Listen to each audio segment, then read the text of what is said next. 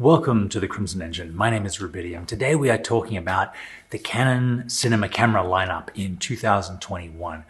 Which camera is right for you and how do the cameras compare as far as features, price, and what you need to tell the stories that you want to tell. So in this video, we're going to look at the C500 Mark II, C300 Mark III, C200 and C70, and we'll throw the R5 in there just in case, because for what some people need, it is actually a really great solution.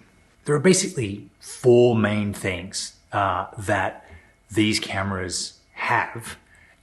Some of them have all of them, some of them have some of them, and you need to know which ones you're going to need for what you want to shoot. In no particular order, these features are shooting RAW.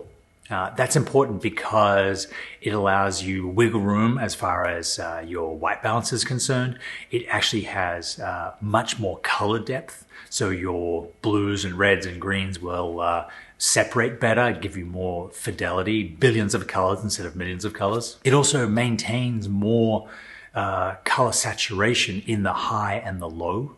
The downside of RAW is very large file sizes when compared to 10-bit XFAVC or 8-bit XFAVC or 8-bit MP4. The next big thing is full frame. Now, full frame is great. The C500 Mark II and the R5 have it. The rest of the cameras do not, though with the C70, you can achieve something similar to full frame by using the 0.7 speed booster from Canon. Full frame allows you to get the full field of view from full frame lenses. It allows you to get a wider field of view with the camera closer to the subject.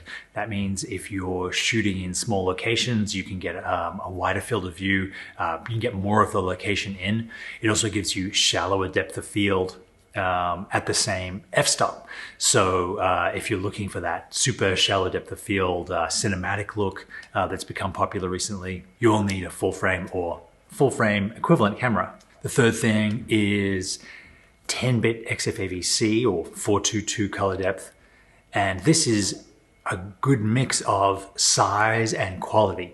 Some of the cameras don't have this, and it means you either have to shoot RAW or 8-bit. But if you want long record times, if you're shooting interviews, things that go over 30 minutes, you're going to need this feature. The fourth thing is high dynamic range. The C500 Mark II does this by using its native full frame sensor. The C300 Mark III and the C70 do this by using dual gain output, which gives you more stops in the highlights and the shadows with less grain. And the last factor is cost, because there is one camera that has all of these things, but it, not surprisingly, is the most expensive. So let's start with the camera that I'm talking about, the C500 Mark II. This has RAW, it has great dynamic range, the best dynamic range in the whole cinema lineup. It is full frame, but the downside is that it is $16,000. So it is outside the price range of a lot of entry-level shooters. The next is the C300 Mark III. This is a EF or PL mount with a Super 35 sensor, so you're not able to use the speed boost to get it up to a full frame field of view. It does have dual gain output, so it gives you wide dynamic range in your video, and it has the same body, same outputs, same everything as the C500 Mark II, but it is around $10,000, $11,000 with tax.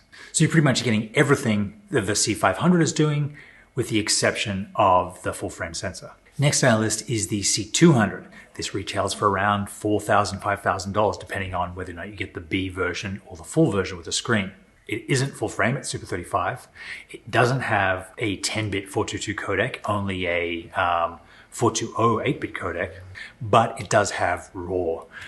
It shoots RAW to CFast 2.0 cards, and it is absolutely gorgeous. I love this camera. I've made a lot of videos about it, and it is a great solution as an entry-level, high-quality cinema camera. Next, we come to the C70, which is Super 35 with the dual gain output sensor from the C300 Mark II, but because it's a R mount, it does adapt up to full frame with the Canon 0.71 speed booster or focal reducer.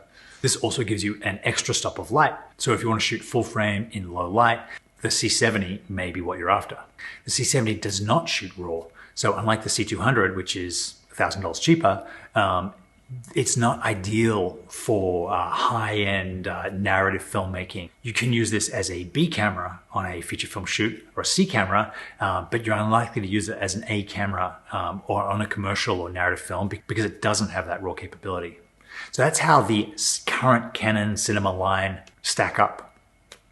There's also the R5, which for $4,000 is full frame, shoots raw, has some of the best autofocus of any Canon camera. It does have a 422 codec, but because it's a mirrorless stills camera, is subject to overheating and won't record for longer than 30 minutes. If you're shooting short form stuff like blog videos or nature photography, slow motion, B-roll, that sort of thing, the R5 is definitely worth checking out because combined with a lightweight gimbal like the Ronin RSC2, it is absolutely killer combination. And if you don't need any of the bulk of the cinema cameras, the R5 is a pretty awesome choice. What it lacks is internal ND that the other cameras have and usable audio ports. It only has the 1/4-inch jack, which is not a great idea because it doesn't lock and it's easy to come out and it's not grounded or protected from interference. So I have courses and masterclasses on all of these cameras at canonmasterclass.com. They are hours long and go into every detail of exposure, focus, rigging, all the different uses of these cameras and how to get the best image out of them. So absolutely check out canonmasterclass.com if you have one of these cameras or are thinking about getting them. That is how the Canon cinema camera lineup compares in 2021. We've had a lot of rumors of new cameras coming out, but they'll almost certainly be more expensive, which if you exclude the C700 is the C500 Mark II. Thank you very much for watching. I will see you next time.